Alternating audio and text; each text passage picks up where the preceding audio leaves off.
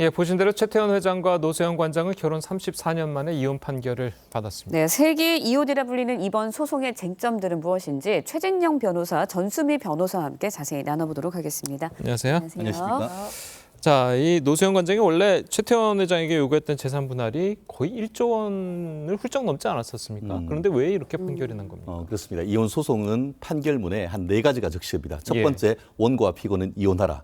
두 번째, 이제 미성년자 자녀 있을 경우에는 뭐 친권자를 누구로 예. 한다. 근데 예. 다 성년이기 때문에 그건 문제가 없고 그 다음이 이제 누구한테 책임이 있느냐에 따라서 위자료를 물도록 하고 예. 예. 마지막이 이제 재산 분할인데요. 예. 말씀드렸듯이 명분에 있어서는 노소영 관장이 그 이혼하다라는 예. 소송을 들었기 때문에 명분은 노소영 관장이 승리를 했지만 실리에서는 사실상 그 최태원 회장의 손을 들어줬다 이런 평가가 나오는데요. 예. 말씀하신 것처럼 엊그제 그 기준으로 해서 주식 예. 기준으로 해서 최태원 회장의 전체 재산 중에 뭐 한 1조 3,500억 정도를 청구를 했는데 실제 그 법원에서 손을 들어준 것은 그중에 한 5% 정도 되는 665억.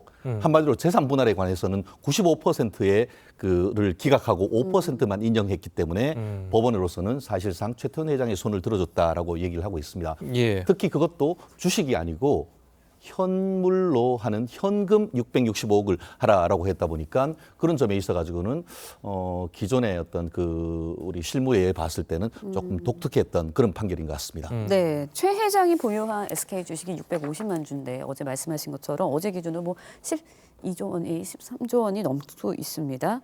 그렇다 보니까 최태원 회장은 SK 주식 특유 재산이라고 주장을 해왔어요. 이전에 결혼하기 전에 자신이 증여를 받은 거다 이렇게 얘기를 했는데 특유 재산인 거 구체적으로 어떤 건가요? 일반적으로 이혼 소송할 때 이제 재산 분할에 있어서 언급되는 게 뭐 같이 공동 재산과 이제 특유 재산이 되겠죠. 근데 그 중에서 재산 분할 대상이 되는 건데 공동 재산이 되는 것이고요. 특히 혼인 중 부부가 공동 협력해서 모은 재산을 말하는 거고 말씀하신 특유 재산은 혼인 전부터 부부가 각자 이제 소유하고 있던 것들 그리고 재산이나 이제 혼인 중에 부부 일방이 상속이나 증여, 유증으로서 취득한 재산을 말하는데 최 회장의 재산 대부분에 차지하는 게 사실 SK 주식회사 예. 지분이거든요. 근데 SK 주식회사 지분 자체가 선친으로부터 이제 상속받았기 때문에 재산 분할에 그 대상에서 제외가 됐다. 근데 사실 이거를 이제 판결문에서 저는 좀 약간 개인적으로는 이해할 수 없었던 게 노소영 관장의 분명 기여가 일정 기여분이 인정될 수 있는데도 이런 것들이 전혀 반영되지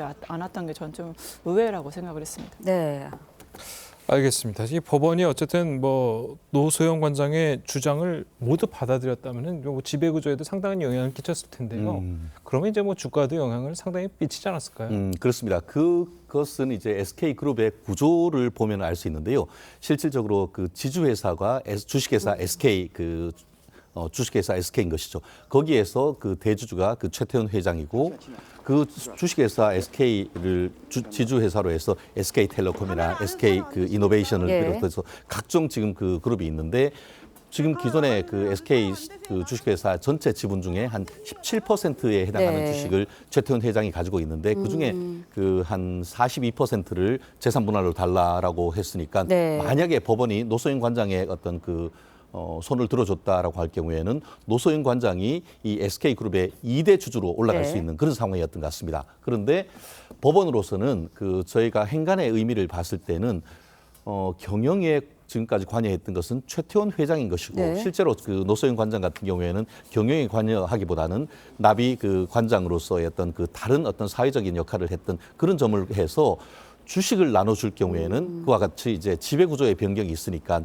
주식이 아닌 돈으로 현금으로 줌으로써 이와 같은 그 SK그룹 자체의 지배권에 대해서는 손을 대지 않으려고 했던 그런 그 의도가 보이는 것 같은데요. 과연 이 부분에 있어가지고 계속 지금 이 부분을 항소할지 이런 부분을 조금 지켜봐야겠습니다만 어쨌든 이번 같은 경우에는 주식은 하나 SK의 주식은 하나도 주지 않아도 된다라는 취지로 판결했기 때문에 SK그룹 자체의 어떤 지배 구조의 변화는 예. 전혀 없는 것으로 그렇게 해석이 되는 것 같습니다. 네, 최태원 회장이 보유한 주식 뭐 하면은 1조 3,700억 원인데 일단 법원은 최태원 회장이 노소영 관장에게 1억 원의 위자료를 줘야 한다 이렇게 판결을 했습니다. 그런 위자료는 근데 이렇게 상대적으로 좀 적은 액수 아니냐 이런 생각도 들거든요. 그 최태원 회장이 보유한 주식은 1조 원이 아니고 이제 3조 원 정도, 3조 원 정도. 예, 말씀하시죠. 네네.